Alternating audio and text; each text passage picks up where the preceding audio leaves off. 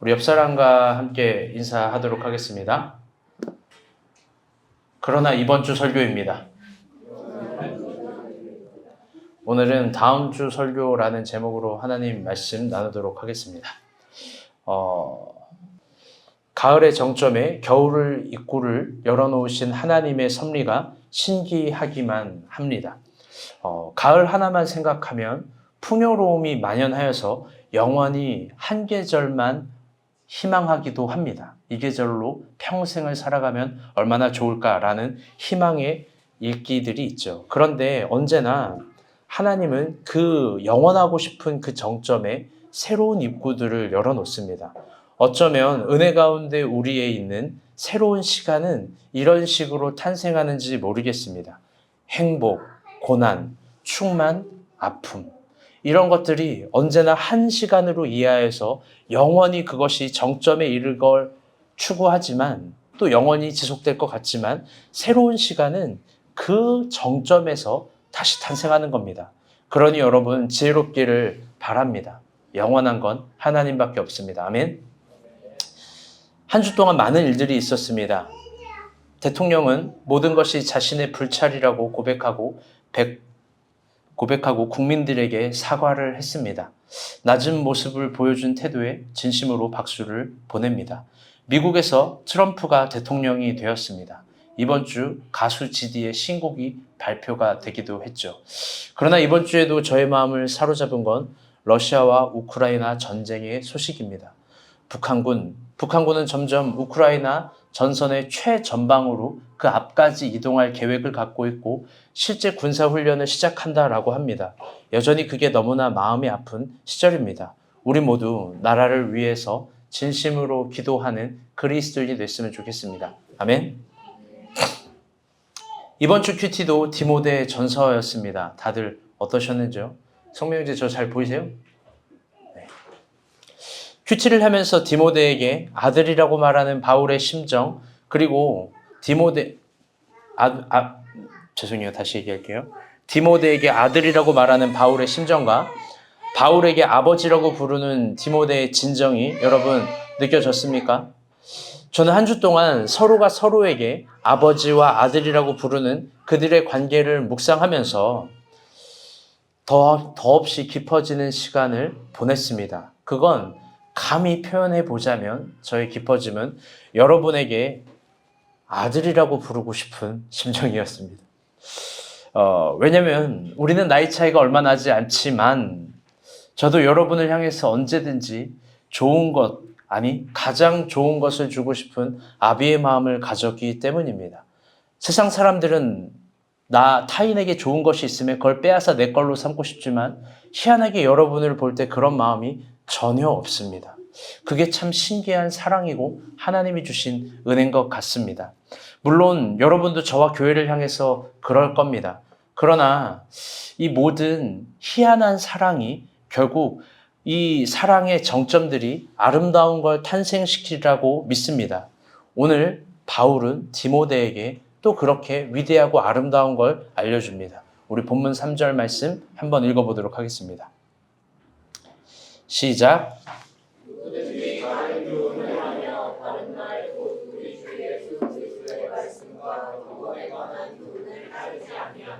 아멘. 바울은 디모데에게 다른 교훈을 따르며 예수 그리스도의 말씀과 경건에 교환한 교훈을 따르지 말라고 합니다. 근데 여러분 이게 집중해 보세요. 굉장히 희한하고 이상한 말입니다. 정말 굉장히 희한하고 이상한 말입니다. 이거 깊이 생각해 볼 말입니다. 왜냐면요. 도대체 바울의 아들이라고 불리는 디모데가 어떤 상황에 놓이면 다른 교훈을 따르고 예수 그리스도의 말씀과 경건에 관한 교훈을 따르지 않을까요?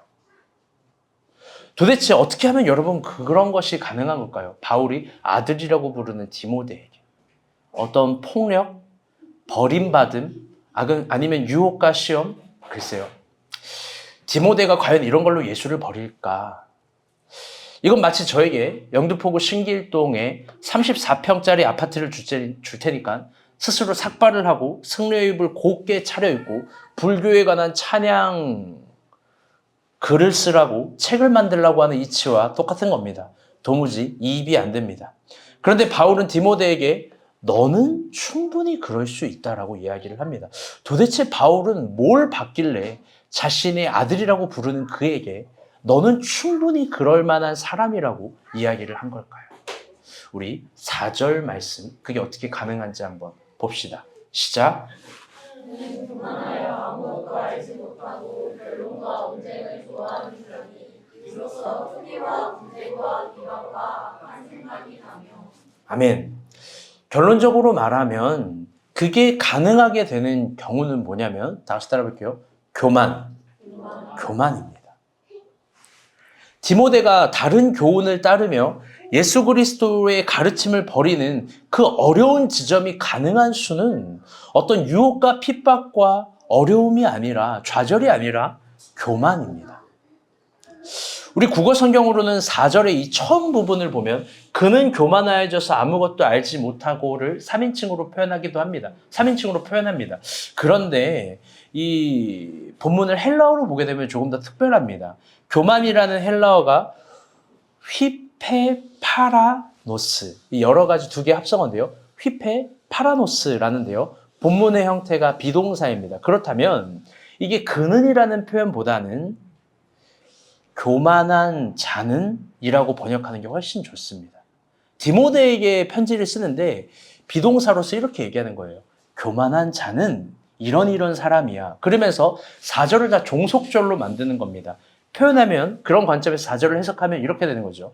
교만한 자는 아무것도 알지 못하게 되고 변론과 언쟁을 좋아하고 투기와 비방과 악한 생각이 있는 자다. 이건 마치 시편 1편에 복이 있는 자는 악인의 꾀를 따르지 아니하고 죄인의 길에 서지 아니하고 오만한 자리에 앉지 아니하고 이렇게 쭉쭉쭉 나가는 종속절과 같은 것입니다.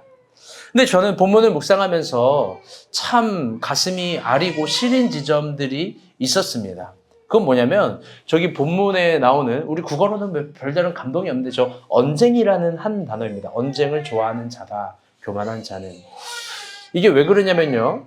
이게 이 단어만 유독 헬라어로 이게 로고마키아라는 단어인데요. 이 단어만 유독 로마식으로 사회 언어로 알아볼 수 있는 이게 표기가 되었기 때문입니다. 여러분 그래요. 우리 옆 사람과 한번 인사합시다. 나가지 맙시다. 네, 좋네요.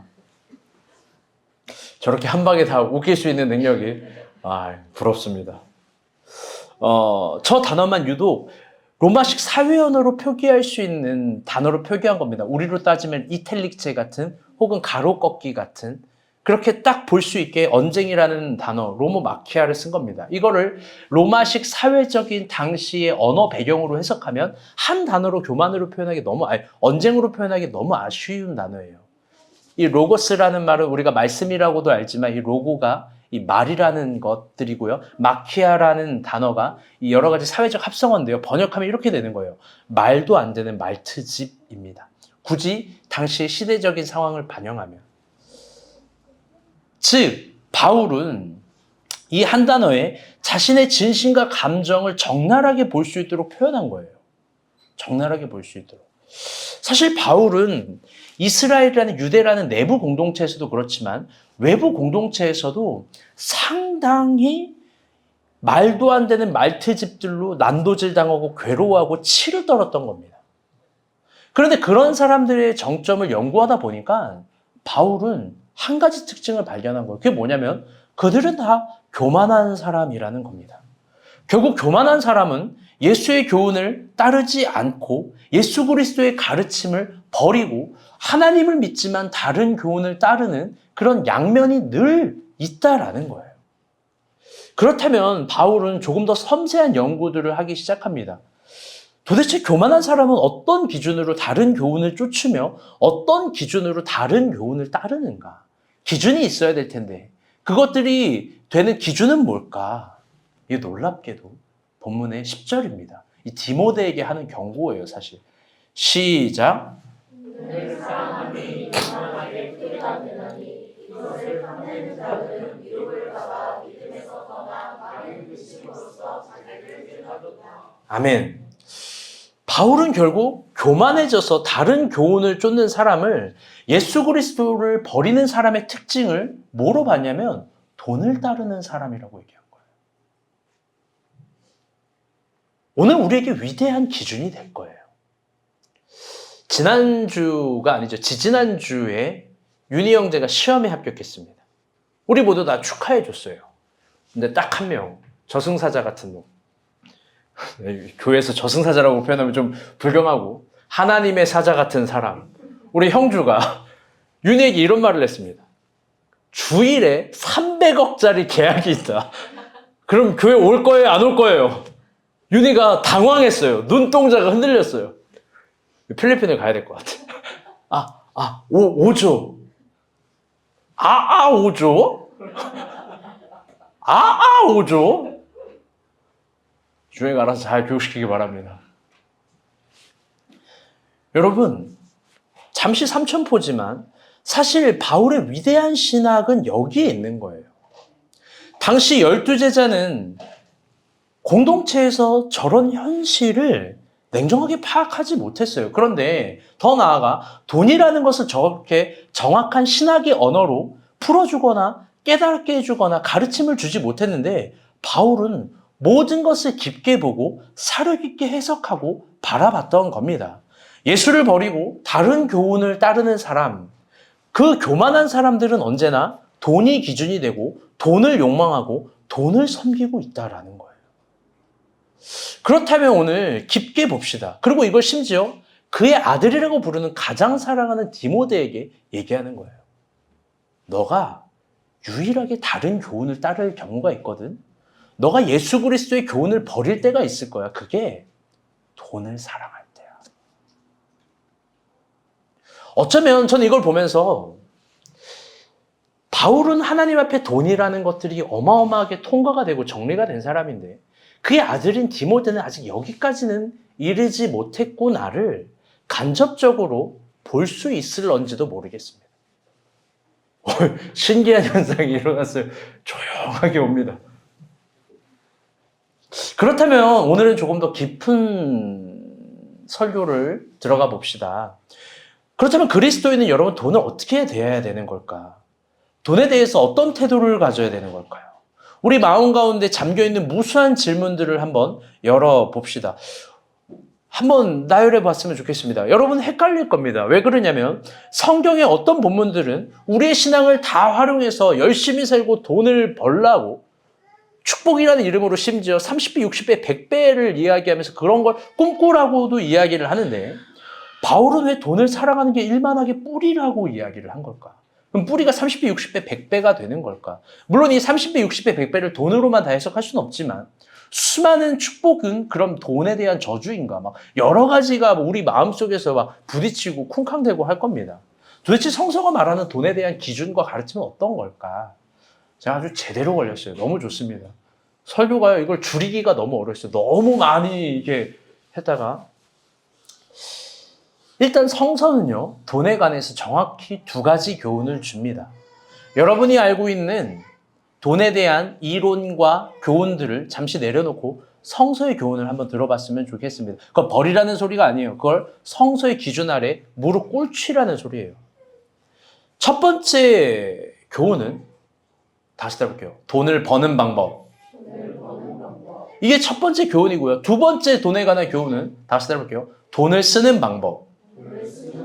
성서는요, 돈을 버는 방법과 돈을 쓰는 방법에 대해서 동시에 가르침을 줍니다.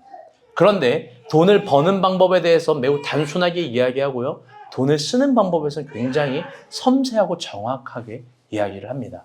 먼저 돈을 버는 방법에 대해서 이야기를 해봅니다. 성서에 여러 가지 이야기가 있고 그 여러 가지 것들을 성서 해석으로 다 가지고 왔다가 너무 많아지고 산으로 가서 단순하게 줄여왔습니다. 성서는 돈을 어떻게 벌라고 우리에게 교훈해 주는 걸까? 여기에 있어서는 사실 다양한 성경의 이야기가 있지만 한 가지 메시지를 정확하게 줍니다. 결론적으로 이야기하면 그건 다시 따라볼게요. 청부론.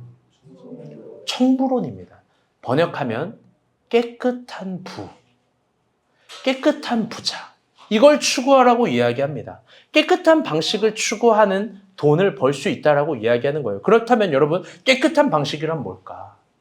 이게 굉장히 중요한 정의입니다. 이걸 학자들마다 서로 다르게 하는데 저는 개인적으로 정말 이렇게 생각합니다. 그건 뭐냐? 잘 들어봐요. 경계 안에서 깨끗한 방식은 이거예요. 하나님이 주신 우리 가운데 경계가 있어요. 그 경계 안에서 정말 한계까지 가보는 방식입니다. 경계 안에서 한계까지 가보는 방식. 이게 우리를 깨끗하게 할 거고 깨끗한 방식에 이르게 할 겁니다. 우리가 진리 안에서 배우고 알고 있는 모든 삶의 가능성들, 실천들, 한계까지 가보는 방식은 진정 도전입니다. 여러분, 도전이 중요한 거예요. 근데 그 도전을 탄생시키는 건 언제나 가능성이 아니라 순종이에요, 그리스도인들에게.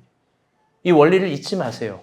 내가 무언가 사업적 아이템이 모여서 막 이거라고 저거라고 그런 도전도 중요하겠지만 사실 더 큰 걸 언제나 이뤄내는 신기한 계시의 방식은 도전이 아니라 순종입니다. 그러면서 우리가 배우고 알고 있는 진리, 삶의 가능성, 실천들 여기에 정말 한계까지 가보라는 거예요. 그게 돈을 버는 방식이라는 거예요. 그리고 간구하는 기도죠. 여러분, 기도와 돈은 뗄래야 뗄 수가 없는 거예요. 내가 지금 내년에 느낌이 안 좋아요. 내년에 우리가 본 교회가 또 무슨 해가 될지 어떻게 될지 모르겠는데 우리 교회가 1년마다 큰 컨셉으로 바뀌잖아요. 나도 긴장이 돼요. 12월에 제 기도원을 한번 길게 갔다 올 건데 여러분 저를 위해서 많이 기도해 주시기 바랍니다. 아멘? 내년에 뭐가 어떻게 될지 아무도 모르니까요. 그런데 중요한 건 이런 거예요. 배우고 알고 한계까지 가고 그래서 기도하면서 돈을 법니다. 근데 그게 잘 보세요. 전부를 이루는 것이 아니라 우리가 진짜 바라봐야 될 지점은 주님이 주시는 경계를 더 신뢰하는 겁니다. 주님이 주신 경계를 더 사랑하는 거예요. 그 경계라는 건 여러 가지 의미가 있어요. 언제나 늘 이야기해요. 사람들은 그렇게 한국교회는 비난도 합니다. 썬데이 크리스천이라고 흉도 봐요.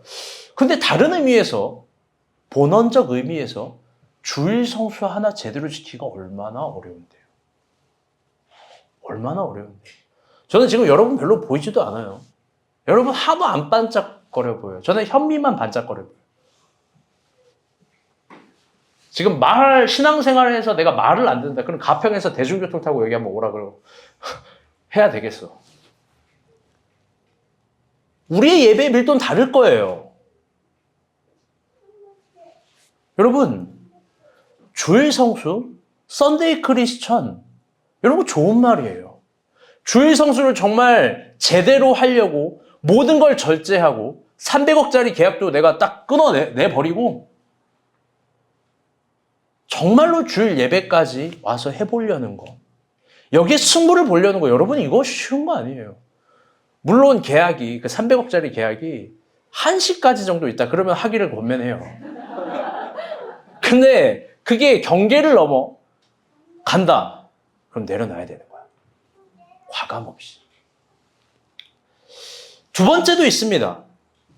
여러분 어쨌든 우리 다 청부론이 되길 바랍니다. 아멘? 여러분 주님이 주신 경계 이거 중요한 거예요. 두 번째는 뭐냐면 돈을 쓰는 방식에 대해서 이야기합니다. 사실 성서가 더 까다롭게 제시하는 가르침은 돈을 버는 것보다 돈을 쓰는 가르침입니다. 그리고 어디에 돈을 쓰는지에 따라서 그 사람의 신앙이 들어있다라고 얘기합니다. 왜요? 다 돈 달라고 돈을 많이 벌고 싶다고 부자가 되고 싶다고 기도를 하는데 결국 줘봤자 무언가를 할 수 있는 하나님은 가능성을 주는 거예요. 언제나. 달란트 비유 보세요. 열천의 비유 보세요. 모든 마태복음 13장의 밭에 감추인 보아 비유, 뭐 땅굴 파는 비유, 진주 비유 보세요. 언제나 하나님은 뭘 주는 거냐? 축복은 가능성을 주시는 거예요. 그런데 그 가능성을 줘서 인간이 이르게 하고 한계에 이르러서 돈을 벌어요. 그런데 결국 그러면 축복으로 끝나는 게 아니라 물어보는 거예요. 너 어디다 썼는데? 너 뭐 했는데? 사실 열처녀 비유, 촛불을 갖고 있는 그 비유가 뭐 기다림, 그 어마어마한 비유예요. 기다림 하나로 이야기할 수 있는 그 버스 정류장에서 기다리는 그런 기다림이 아닌 거예요, 그게.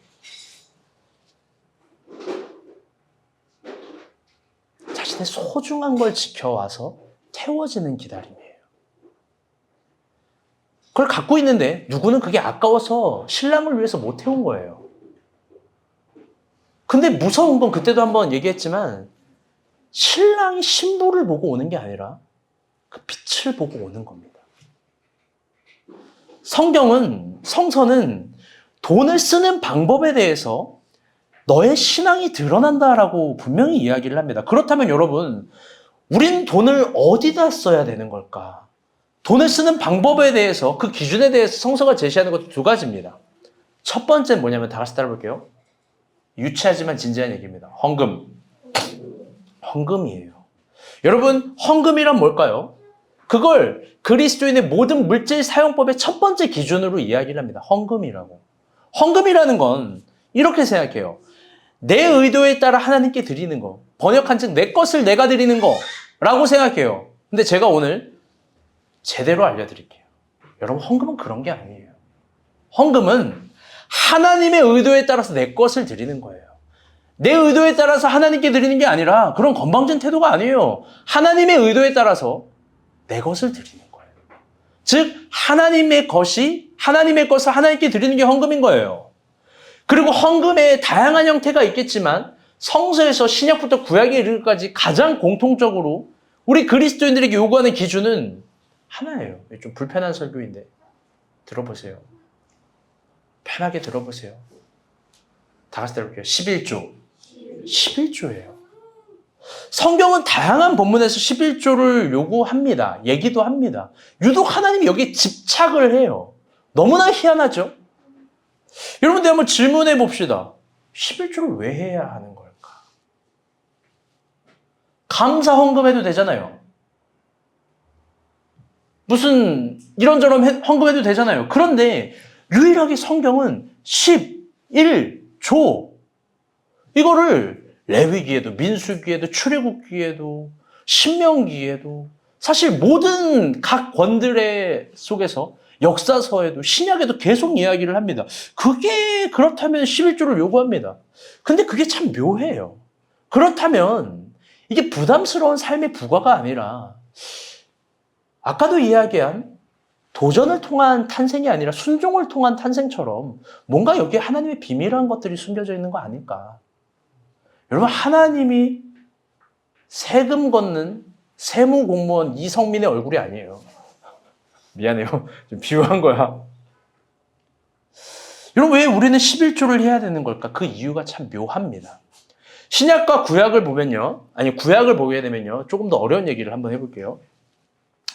하나님은 이스라엘 백성들에게 강제법으로 11조를 하게 해요. 이 사회 시스템으로 만들어놨어요. 여기 배려가 없어요. 만약 10분의 1을 낼 형편이 안 되는 사람이 분명히 있거든요. 그런 사람에게 어떻게 하냐? 비둘기라도 잡아오게 해요. 근데 비둘기를 잡아올 건강도 없는 사람이 있어요. 그런 사람 어떻게 하냐? 곡식에 가루라도 가지고 오게 합니다. 희한해요. 하나님이 돈이 없고 힘이 없는 사람들에게 나눠줘야 되잖아요. 막 줘야 되잖아요. 근데 그렇게 하지 않고 빈손으로 나오게 하지 않아요. 저는 사실 많은 부분에서 이해가 안 됐던 이 메커니즘이 이 민수기 18장 같은 것들이요. 무조건 다 가지고 오래요. 여기에 향한 약자들을 향한 일말의 배려도 없습니다. 의무화를 시켜버립니다.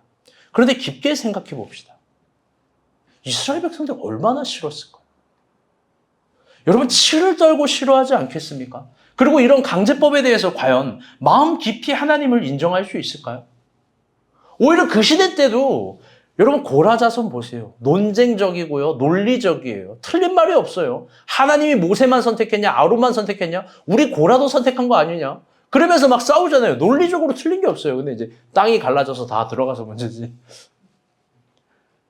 여러분, 그들도요, 다양한 관점과 태도와 논리들이 있을 거예요. 그리고 그 11조를 향한 다양한 관점과 태도와 논리들은 결론적으로 이야기하면 나는 11조를 하기 싫다예요. 근데 하나님이 그걸 용인하지 않아요. 이게 불편한 말이에요, 저도. 그리고 순종하라고 얘기해요. 그런데 한번 물어봅시다. 한번 깊게 생각해 봅시다. 오늘 같은 날은. 여러분, 그렇게 모여진 11조는 어떻게 사용될까요? 참 재미있게도 11조에 대한 본문은 많이 있지만 왜 11조를 해야 되는지 그 이유에 대해선 많은 본문들에 늘 한 가지 이유만 제시를 합니다. 많은 본문이 있지만 그 한 가지 이유에 대해서 민수기 말씀 보도록 하겠습니다. 민수기 18장 21절입니다. 시작. 내가 이스라엘의 11조를 레위 자손에게 기업으로 다 주어서 그들이 하는 일 곧 회막에서 하는 일을 감나니. 아멘. 그 귀한 11조는요, 오직 제사장인 레위인들의 생계를 위해서만 사용하게 합니다. 그게 하나님의 명령이자 의도입니다. 이게 중요한 거예요. 의도.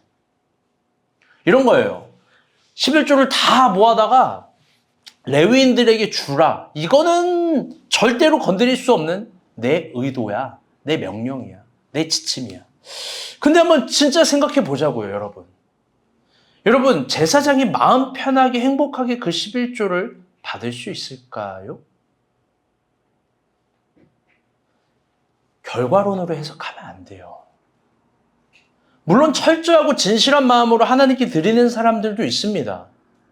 그런 사람들의 11조를 자신의 생활비로 받을 때 레위인들이 어느 정도는 마음이 편했겠죠. 그런데 그렇지 못한 사람들이 훨씬 많았을 거예요, 구약에도. 거기에 이스라엘 백성들의 수많은 삶과 애씀과 불평과 원망과 모든 것들이 다 녹아져 있는 거예요. 여러분, 그런 돈을 어떻게 쉽게 받아요? 그런 돈을 어떻게 쉽게 받아요?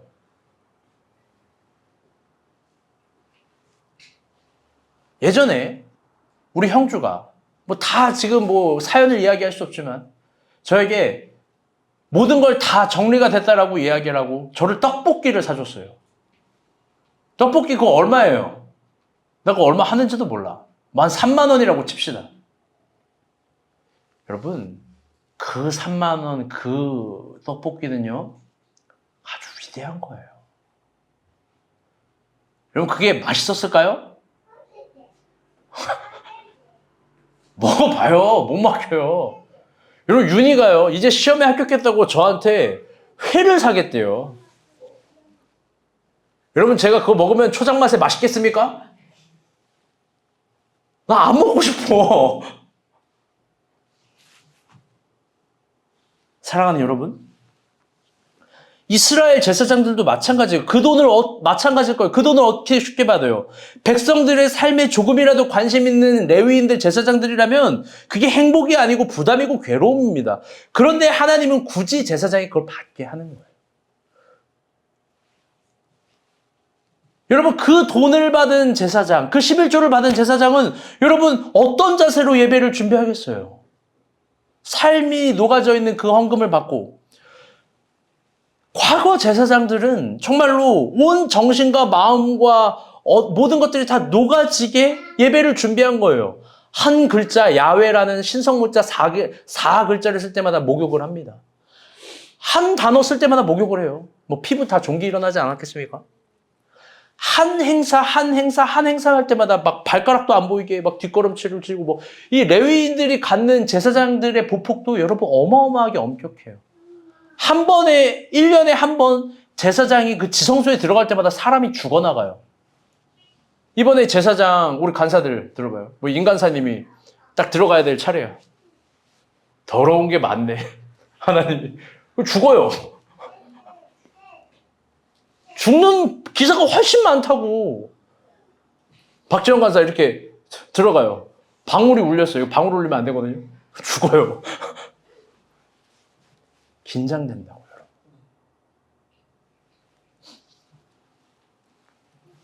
물론 후기 이스라엘의 이 아름다운 공생이 다 무너집니다. 그런데 적어도 이 법이 순수할 땐 가장 하나님의 의도가 들어있는 계명이에요. 그 하나님의 아름다운 의도는 뭐냐? 이스라엘 백성과 제사장은 서로 떨어질 수 없는 관계라는 걸 경제학적 개념으로 표명하신 거예요. 이게 11조예요. 번역한 즉 하나님의 마음을 깊게 이해하는 헌금이고요. 목회자와 성도와의 관계를 절대로 떨어뜨릴 수 없게 하는 헌금이 11조예요. 이걸로 하나님의 교회라는 공동체는 유지가 되고 먹고 산다라는 겁니다. 목회자가 그걸 먹게 하는 거예요. 설교를 준비하면서 묵상해 봤습니다. 참 눈물이 나더라고요. 제가 이번 연도 4월에 목사 안수를 받았어요. 다 알죠? 전도사 18년 만에 받는 목사 안수의 감격? 그거 잊을 수가 없어요. 그날을 생각하면 여전히 막 뭉클뭉클한 게 막 올라옵니다. 그런데 목사 안수 받기 전주, 4월이거든요, 동일하게. 기도원에 가서 막 계속 일을 했어요. 그거 제가 막 불평했잖아요. 나는 왜 이때도 일을 하나. 막 나만 의인설. 나만 이렇게 열심히 일하지. 나만 열심히 이렇게 하지. 막. 인간사 자빠져 잘 텐데. 박지원 게임하고 있을 텐데. 농담이에요. 게임도 안 해요. 강혜라 막 TV 보고 편하게 했을 텐데. TV 안 봐요. 막 다 원망설이 있으면 나만 의인 같은 거예요. 나만 고생한다고 생각하는 거예요. 근데 그때 하나님이 너무 배가 고파가지고 라면 그 몰래 장발장처럼 만들어 먹다가 박살나는 은혜를 주셨잖아요. 일하나? 너 아무것도 아니야. 내가 이제 너를 좀 쓰려고 교회를 맡겼는데 그거 좀 힘들다고 불평하니? 그거 조금 남들보다 더 일했다고 불평하니? 그래서 그때 큰 깨달음을 얻고 제가 그동안 살면서 갖고 있었던 조금 좋은 것들, 사실 제일 좋은 것들을 여러분과 다 나눴어요. 그런데 딱 한 달 뒤 5월 달에는요. 허무하게 트럭에 죽은 사람을 직면하게 했어요. 그걸 보면서 하나님이 깨닫게 해주신 거예요. 그 6월 정도인데. 일어나 너의 날은 너의 것이 아니야. 그러면서 정말 아주 위대한 깨달음을 주셨어요. 너의 날은 너의 것이 아니야. 그날 그렇게 죽어도 하나님의 영광에 이르는 죽음이어야 돼. 그리고 또 하나님이 큰 은혜를 주셔서 제가 가진 통장의 잔고들을 다 헌금하게 했어요. 처음 목사 안수 그리고 처음 출발이 잔고의 영원이라서 너무나 행복했습니다.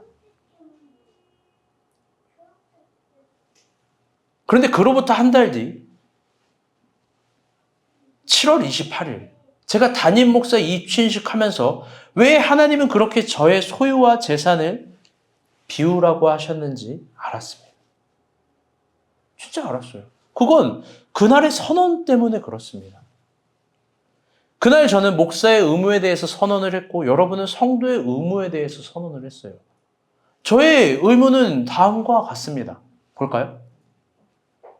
귀하는 우리가 본 교회 담임 목회자로서 청빙받게 됨을 하나님이 파송하신 뜻인 줄 믿고 우리 주 예수의 선한 목자상을 지니고 있는 이 신성한 직분에 충성을 다하겠습니까?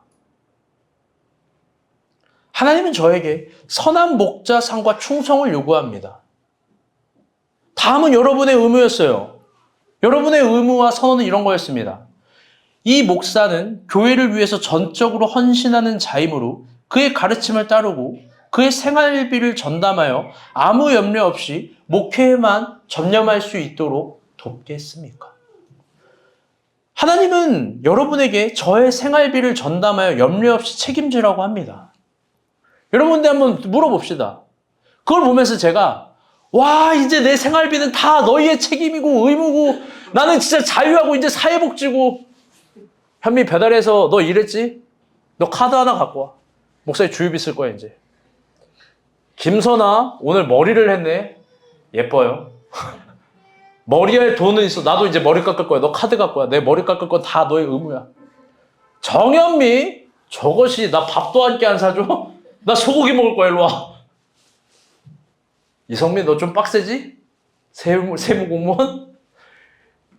여러분 막 제가 마음 편하고 너무나 행복했겠습니까? 진심으로?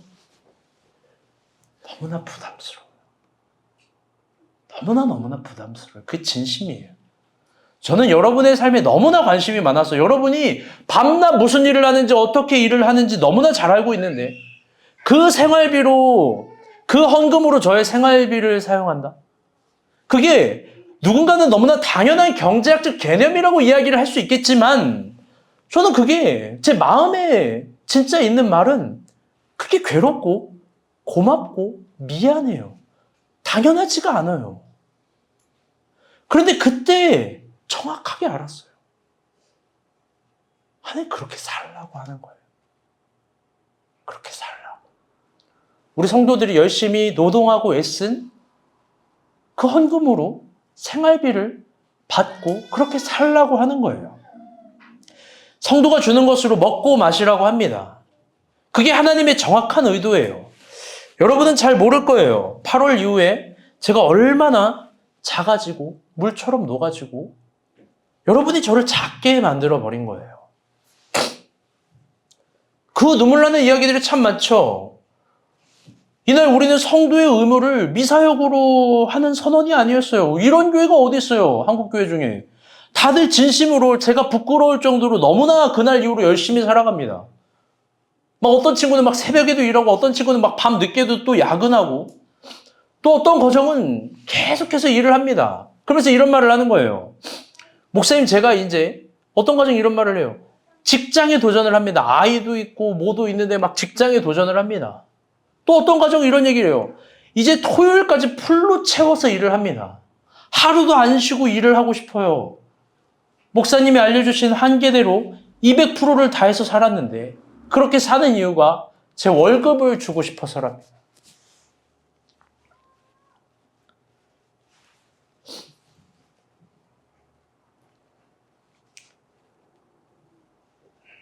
제가 막 펑펑 울었어요.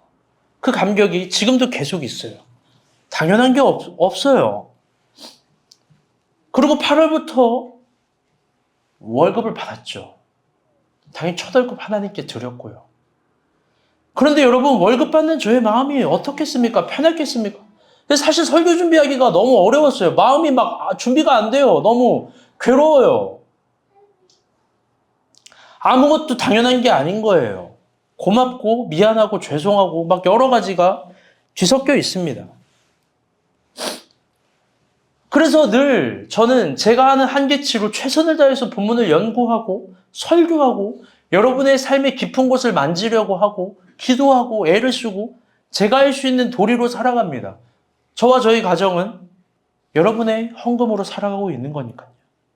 성도의 의무는 저를 작아지게 만들었습니다. 그게 너무 귀합니다. 우리 간사들 역시 마찬가지예요. 내 월급은 작지, 내 월급은 적지, 그렇지 않을 거예요. 다른 교회 기준으로 100명, 1000명 되는 기준으로 보면 안 돼요. 우리 교회에서는 최선을 다해서 주고 있는 거예요. 또 어떤 가정은 그런 마음으로 10의 2조를 하죠. 너무나 감사해요. 분명 하나님이 은혜를 주실 거예요. 이게 성서가 우리에게 제시하는 첫 번째 헌금의 의무예요. 이스라엘의 시스템을 유지하는 가장 핵심적인 제사장을 먹여 살리라는 거예요. 괴로운 말이지만 얘기를 해요. 그게 첫 번째 방향이에요. 그거 갖고 있으라는 겁니다. 하나님이 그게 좋대요.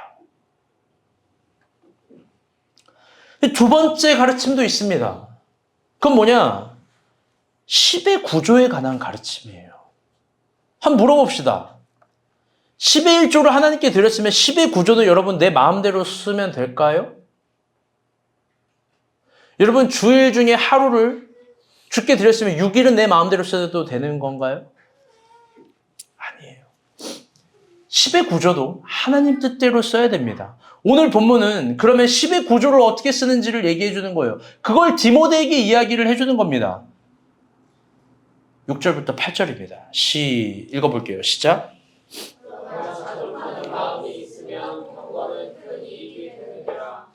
우리가 세상에 아무것도 가지고 온 것이 없음에 또한 아무것도 가지고 가지 못하리니 우리가 먹을 것과 입을 것이 있은즉 부족한 줄로 알 것입니다. 아멘. 그게 어떤 거냐면 10의 구조를 쓰는 방법은 다시 들어볼게요. 자족.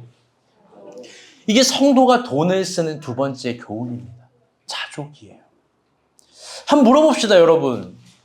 여러분은 얼마의 돈이 있으면 한 달에 있으면 만족할까요? 우리들 막연하게 그런 생각하잖아요. 현미 얼마 있으면 행복할 것 같아요? 한 돈 1000만 원? 300. 진실되게 말하지 말라고. 선아, 너의 그릇을 보겠어. 얼마 있으면 행복할까? 한 달에.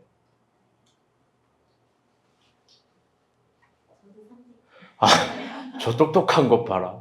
권민정 자매, 한 달에 얼마 있으면 만족할까요? 아, 진짜 난리 났어. 우리 다들 막연하게 이런 말 할 거예요. 내가 한 1,000만 원, 우리 수진이 믿음 한번 들어봅시다. 수진이 얼마 있으면 행복해요? 나는 1,000만 원을 썼거든. 역시 다르네. 10배네. 믿음인지 욕심인지 모르겠지만 3,000만 원. 박찬희 얼굴 봐봐요. 여러분, 3,000원 깜짝 놀랐네, 진짜로. 우리 막연하게 다들 이런 얘기해요. 월 1,000만 원 있으면 내가 정말 행복할 것 같다고. 월 1,000만 원이 주어지면 그때부터 내가 경제적 자유를 이뤄서 하나의 뜻대로 살 수 있습니다. 월 1,000만 원 있으면 내가 저기 천상기도에서 맨날 기도하고 선교하고 10의 2조도 하고 1,000만 원 있으면 누가 못해요? 막 이런 말을 해요. 1,000만 원! 여러분, 근데 과연 그렇게 할 수 있을까?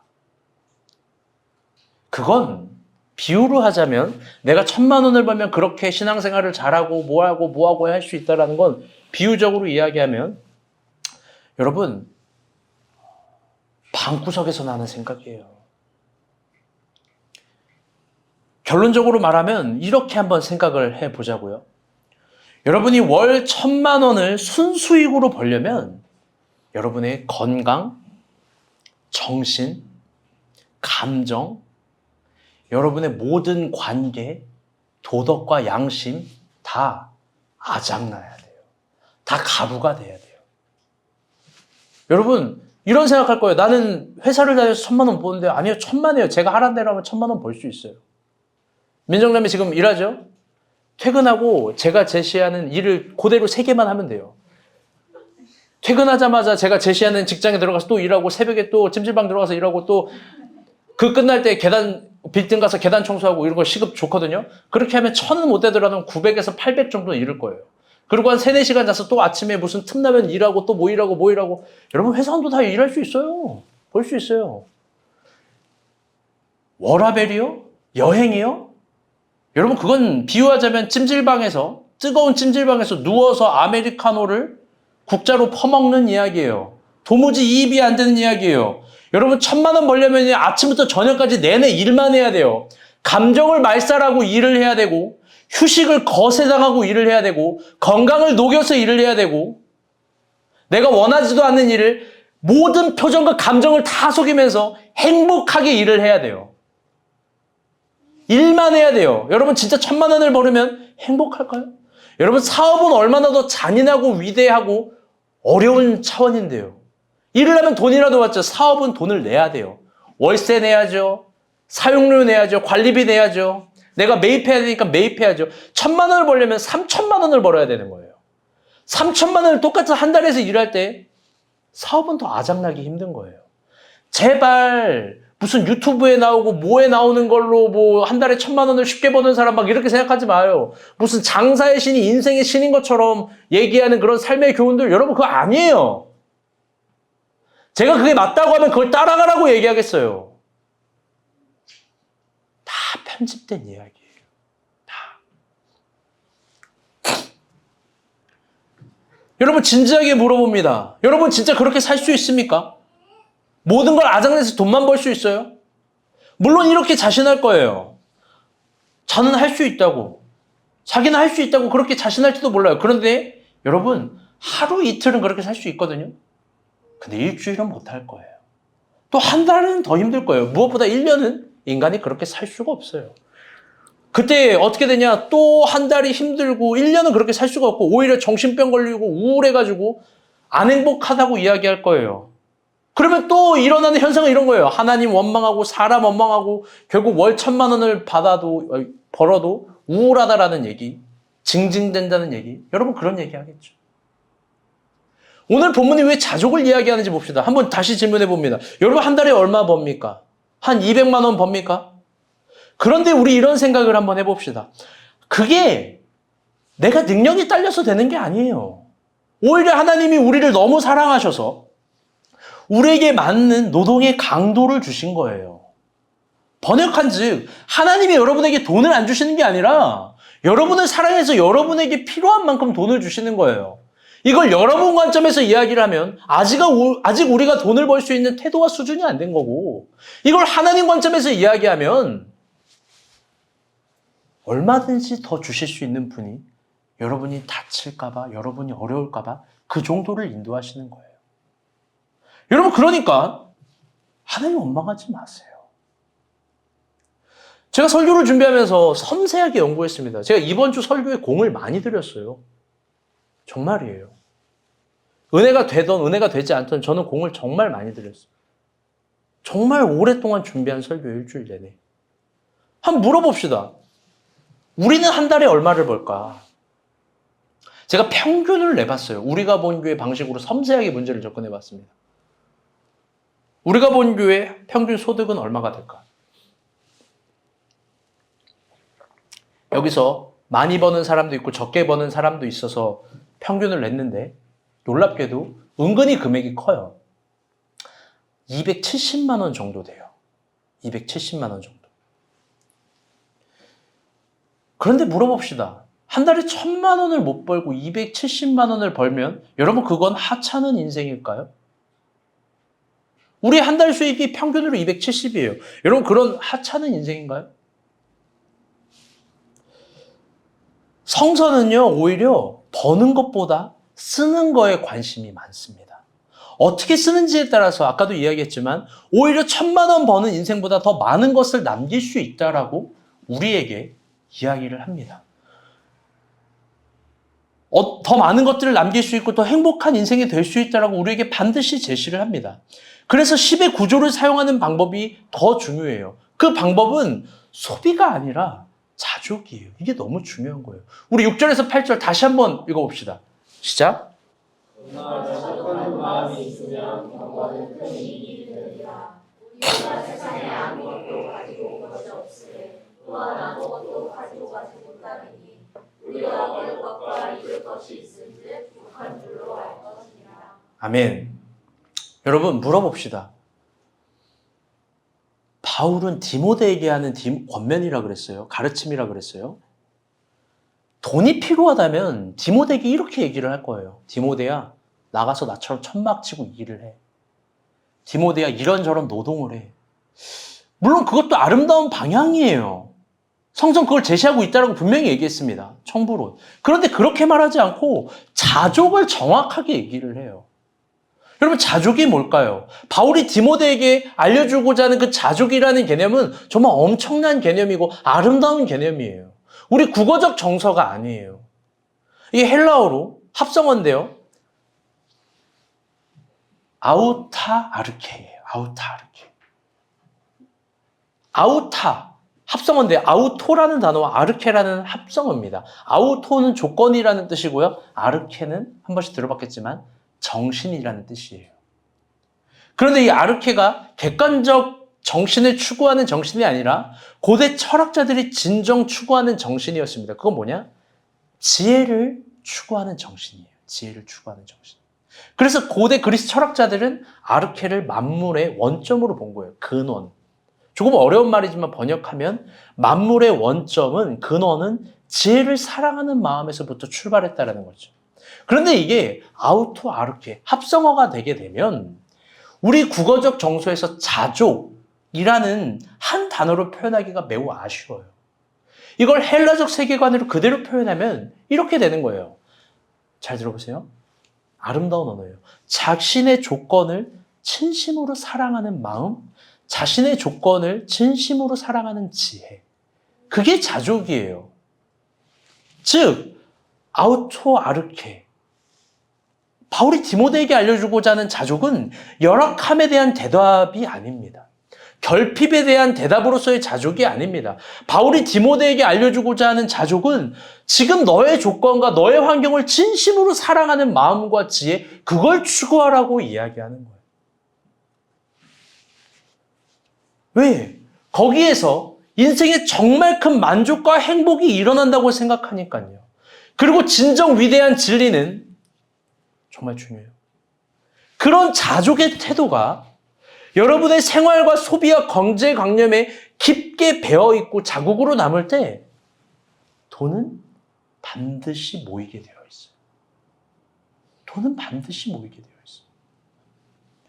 진정 위대한 진리를 알려드릴게요. 자족하지 못하는 사람은 절대로 돈을 모을 수가 없어요. 절대로 돈을 모을 수가 없어요. 그러니 여러분 우리가 진짜 고민해야 될 건 뭐냐? 1,000만 원을 버는 방법이 아니라 나에게 주어진 우리가 본 한 달 수입 평균 270만 원을 어떻게 자족할지를 고민하는 거예요. 어떻게 현명하게 소비할지가 아니라 진짜로 내가 지금 이 돈, 여건, 환경, 내 모든 것들 속에서 어떻게 자족할지예요. 그럴 때 돈은 반드시 모이는 거예요. 저는 제가 요즘에 옛날에 참 좋아하는 노래 중에 벌써 옛날이 되어버렸는데 가수 장기하 씨의 솔로 첫 앨범인 부럽지가 않아의 한 가사말을 진심으로 찬동합니다. 제가 읽어드릴게요. 이 가사말을 우리가 두고두고 새겨볼 만한 가사말이에요. 너한테 10만 원이 있고 나한테 100만 원이 있어. 그러면 상당히 너는 내가 부럽겠지, 짜증나겠지. 근데 입장을 바꿔서 한번 생각해 보자고. 과연 나는 네 덕분에 행복할까? 내가 더 많이 가져서 만족할까? 아니지. 세상에는 1,000만 원을 가진 놈도 있지. 나는 그 놈을 부러워하는 거야? 짜증내는 거야? 누가 더 짜증날까? 널까? 날까? 몰라. 저 지금 랩한 게 아니에요. 여러분 잘 들어봐요. 이 세상은 이렇게 우리를 유혹해요. 소비가 목적이 되어서 내가 더 많은 걸 가지면 행복할 거라고 생각해요. 왜? 소비할 수 있는 범위가 커지니까. 그렇게 이야기를 합니다. 그런데 저 논리를 깊게 봅시다. 내가 많이 가지면 내가 적게 가진 사람 때문에 행복한 게 아니에요. 왜냐하면 세상에는 1,000만 원을 가진 사람도 얼마나 많이 있기 때문이죠. 반대로 그 사람이 짜증이 날지 내가 더 짜증이 날지 너가 더 짜증 날지 여러분 그건 모르는 거예요. 그렇기 때문에 자족과 가장 반대되는 개념은 만족입니다. 만족이란 뭐냐? 내가 원하는 욕구를 소비하고 소유해서 자신의 욕망을 채워가는 방식이에요. 그런데 그것으로는 절대 만족을 이룰 수 없는 거예요. 여러분 자족은 위대한 개념이고 멋진 개념이에요. 같은 환경과 조건 속에 있어도 자족하지 못하는 사람은 언제나 만족이라는 이름으로 자기를 파괴하는 거예요. 여러분 한번 물어봅시다. 진짜로 한번 물어볼게요. 나는 빵꾸난 양말 신고 행복할 수 있다. 한번 손 한번 들어봐요. 여러분 빵꾸난 양말 신고 행복할 수 있는 사람 있어요? 아무도 없잖아요. 여러분 근데 저는 요즘에 박재영 간사가 상당히 걸리적거리고 불편해요. 좀 내 옆에 안 왔으면 좋겠어.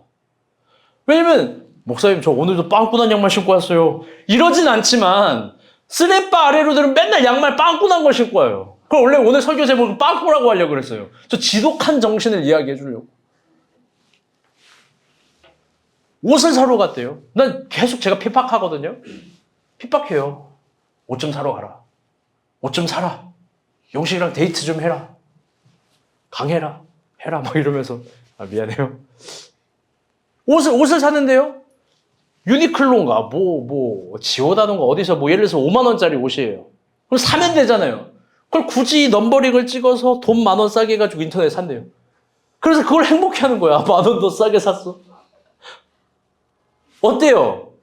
찌질해 보여요? 바보같이 보여요? 아니에요.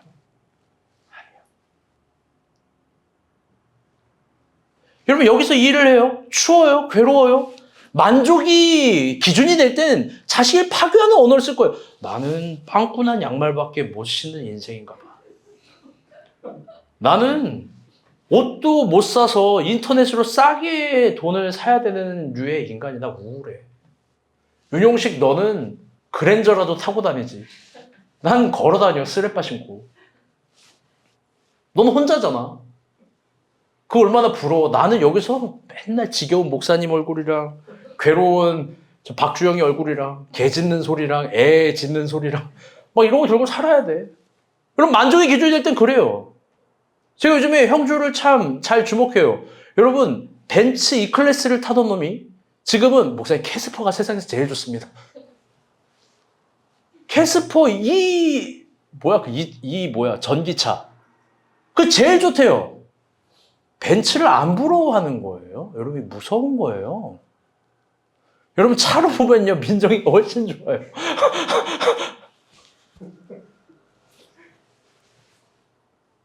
여러분 오해하지 마요. 착각하지 마요. 진심으로 사랑하는 마음으로 이야기를 하는 거예요.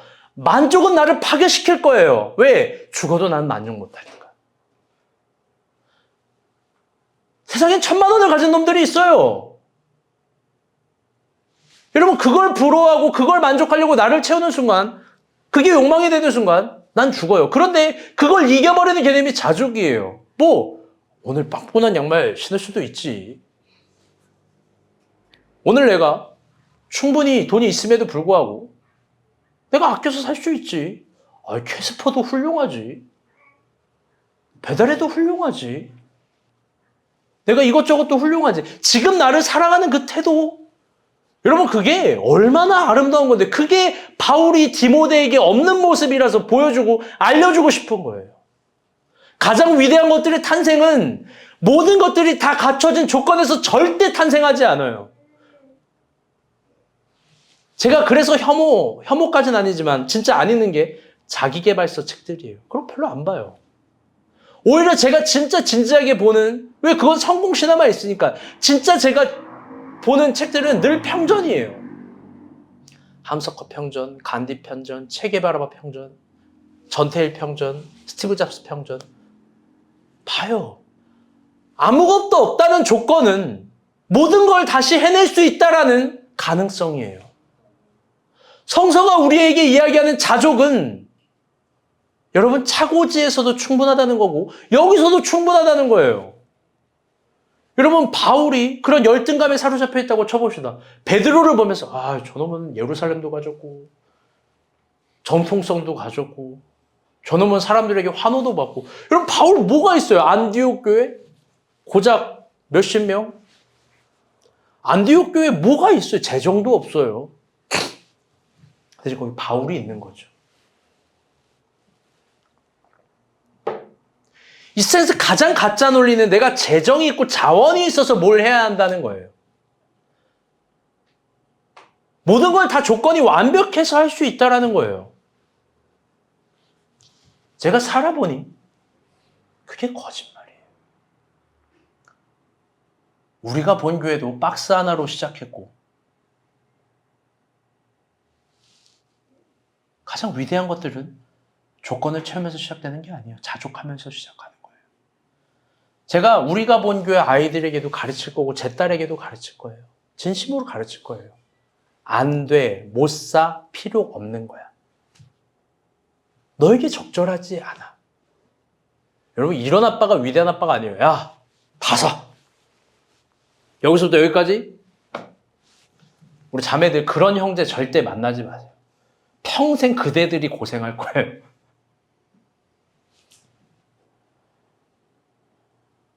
사랑하는 여러분, 우리 돈을 왜 법니까? 바울은 디모데에게 돈을 사랑함이 일만하게 뿌리라고 이야기를 했어요. 그건 돈의 주체가 욕망이 될 때 그런 거예요. 내가 돈을 마음껏 쓰고 싶고 플렉스하고 싶고 그런 욕망의 태도로 돈을 벌고 싶으니까. 여러분 그런데 그런 욕망의 태도로는 늘 내가 없다라는 것만 비춰지는 거예요. 그런 태도로는 돈을 벌 수 없어요. 그런 태도가 교만한 거예요. 그런 태도가 다른 교훈을 따르는 거예요. 그런 태도가 예수가 가르쳐준 진리를 저버리는 행위예요. 그런 방식으로 돈을 사랑함이 일만하게 뿌리가 되는 겁니다. 왜? 그런 사람들에게 돈이 주어져 봤자 결국 나쁜 짓 했을 게 뻔하니까요. 그런데 반대로 생각해 봅시다. 바울이 디모데에게 전수해주고 싶은 진리의 방법대로 생각해 봅시다. 그땐 질문이 바뀌는 거예요. 돈을 왜 법니까가 아니라 오늘 우리는 왜 자족합니까? 오늘 우리가 자족해야 되는 이유는 뭡니까?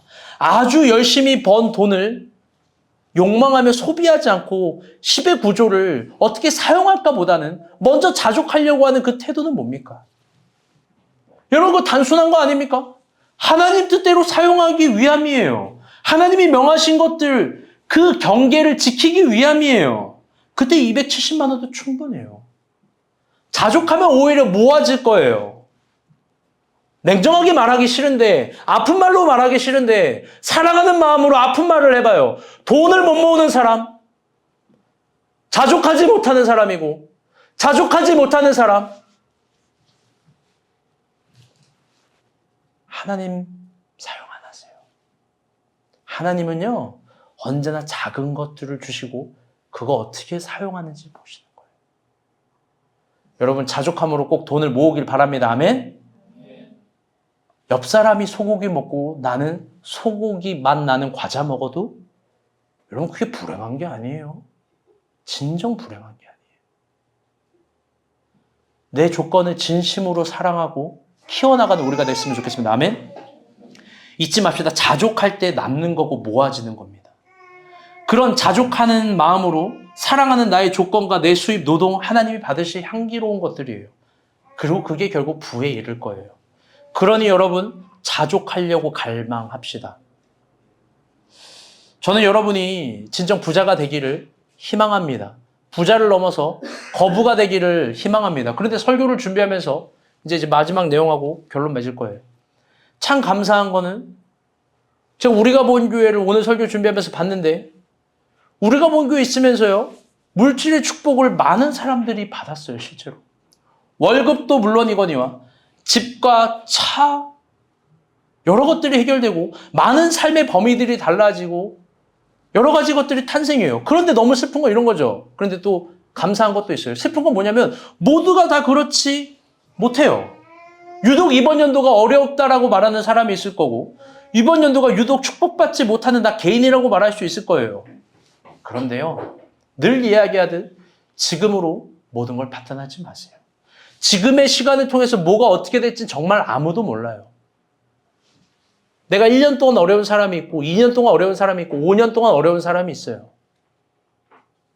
제가 9년 동안 어려워봤어요. 한 번은 어려울 수 있는데 지속적으로 어려울 수도 있어요. 그런데 한 번 일어날 때 그게 계속 일어나고 계속 일어나고 계속 일어나요. 제 말이 거짓말인지 여러분의 판단이 맞는지 한번 실험해 보라고요.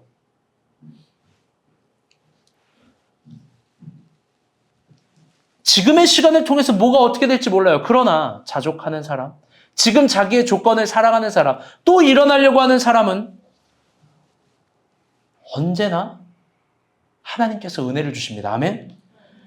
참으로 감사한 건 그런데 우리가 본 교회에서 축복받은 사람도 있고 아직 거기에 이르지 못하는 사람도 있지만 일말에 유치한 자랑질이나 알량한 자존심 싸움 같은 게 없다라는 겁니다. 이게 여러분 위대한 거예요. 오히려 더 하나님의 은혜만 자랑하고 서로 더 힘만 되어주려고 할 뿐입니다. 정말 그래요. 내가 뭘 가지고 타고 있고 소유하고 있는다고 절대 자랑하지 않아요. 제가 볼 땐 현미는 자랑할 게 많은 아이예요. 감히 강혜라 사모가 쪼그러졌어요. 근데 요리를 잘한다고 명함도 내밀지 마세요, 앞으로. 허연희 권사님과 한번 그런데 겸손하게 나는 아무것도 못하는 사람 쭈구리처럼 저렇게 겸손하게 가만히 있는 거예요. 여러분 저 친구 흑백 뭔가 그거 나가야 돼요. 4시간 반 동안 밥을 먹었다니까요. 여러분 근데 알량한 자존심 싸움이었고 서로에게 힘이 되어주려고 하는 성숙함. 여러분 그게 또 우리 가운데 있습니다. 그러니 우리 분명히 더 잘 될 겁니다. 아멘? 우리 서로를 향해서 더 성숙하고 자족했으면 좋겠습니다. 말씀의 결론을 맺도록 하겠습니다. 설교의 결론이요. 굉장히 중요해요. 잘 들으세요. 집중해서. 잘 들으세요. 설교를 준비하면서 조금 엉뚱한 질문 하나가 떠올랐습니다. 잘 봐봐요. 여러분 근데 정작 바울은 돈을 어떻게 썼을까요? 돈을 어디에 썼을까? 제가 설교를 준비하면서 엉뚱한 질문 하나가 떠올랐어요. 누가 봐도 알 수 있는 대답입니다. 그는 자족을 넘어서 위대한 헌신과 낭비를 한 사람이에요. 허무하게 돈을 쓴 사람이에요. 그게 선교예요. 그는 많은 부와 명예를 가지고 태어났지만 자기를 부하는 데 사용하지 않습니다. 그는 하나님 나라를 확장하고 세워가는 거에 자신의 지혜, 건강, 인생, 물질을 사용합니다. 자기에게 있는 소중한 걸 늘 자기와 함께하는 사람에게 주려고 하는 겁니다. 그래서 오늘날 수많은 교회가 탄생했죠. 성서가 그래서 오늘날 우리에게까지 전수된 거예요. 그래서 진짜 바울이 위대해요. 그런데 잘 들어봐요. 엉뚱한 질문 여기서 하나 더 떠올랐어요. 근데 당시에 바울과 함께하는 사람들 중에서 그런 바울의 낭비와 소비와 헌신들을, 그런 물질에 대한 태도들을 이해할 수 있는 사람이, 헤아릴 수 있는 사람이 1%라도 있을까? 진짜 바울을 이해했을까? 바울의 저 여정들과 태도들. 오늘 설교 제목은 다음 주 설교입니다. 다음 주 설교는 우리가 본 교회 2024년 설교 중에 가장 중요한 설교가 될 거예요. 또 하나의 큰 결정들이 이루어지는 시간이 될 겁니다. 저도 그렇게 결정을 했고요. 그럼 결론적으로 이야기하면 우리가 본 교회의 모든 재산과 그리고 또 저의 재산을 포함한 많은 것들을 사용할 수 있는 새로운 시간이 도래할 거예요. 우리가 본 교회 교인 중에 누가 될지 모르지만 다음 주 설교에 누가 지칭으로 나오진 않아요. 그런데 우리가 본 교인 중 한 명에게 이 모든 것들을 줄 거예요. 제가 가진 것들을 또 줄 거고 교회의 위대하고 아름다운 재산들을 줄 거예요. 잘 보세요. 여러분의 인생을 부하게 하고 여러분에게 새로운 지표를 열어주고 여러분을 축복받기 위해서 가장 애쓰는 여러분의 담임 목회자인 저는 정작 돈을 어디에 쓰는지 늘 유심 있게 바라보기를 바랍니다. 그는 자기를 부하게 하려고 돈을 쓰는지 우리가 본 교회 지체들을 부하게 하려고 돈을 쓰는지 한번 보시길 바랍니다. 이번에도 다 주려고 합니다. 여러분은 제가 이해가 안 되겠지만 요즘에는 제가 바울의 마음이 이해되는 나날들입니다. 좋은 것일수록 설명하기 어렵고 다 주고만 싶으니까요. 그리고 다음 주 설교 이후에 저는 일주일 동안 필리핀 선교를 갑니다. 그곳에서 오랜만에 될지 모르겠지만 여러분도 있고 우리가 선교하는 그 지역을 향해서 또 몰두해보고 긴장해 보려고 해요. 왜 교회가 있어야 되는지, 우리 교회는 무엇을 위해서 존속하는지, 또 그곳에서 이번에 필리핀 태풍으로 인해서 많은 피해들이 있어요. 또 우리 교회의 것을 탈탈 털어 그들에게 아낌없이 주려고 합니다. 그게 교회의 또 이유니까요. 여러분 중에 저를 이해할 사람이 얼마나 될런지 모르겠지만 분명 우리는 위대한 역사를 쓰고 있는 겁니다. 아멘. 다시 한번 오늘 저와 저희 가정을 돌아보게 되었습니다. 8월달 이후 여러분이 저를 작게 하셨고 우리가 본 교회에서 생활비를 받습니다. 여러분의 모든 노동의 의미를 관찰하는 입장에서 너무나 고맙고 감사하고 당연하지 않은 금액입니다. 저와 저희 가정을 먹여주시고 입혀주셔서 여러분 진심으로 감사합니다. 저도 더 자족하면서 살아가도록 하겠습니다. 우리 같이 기도합시다.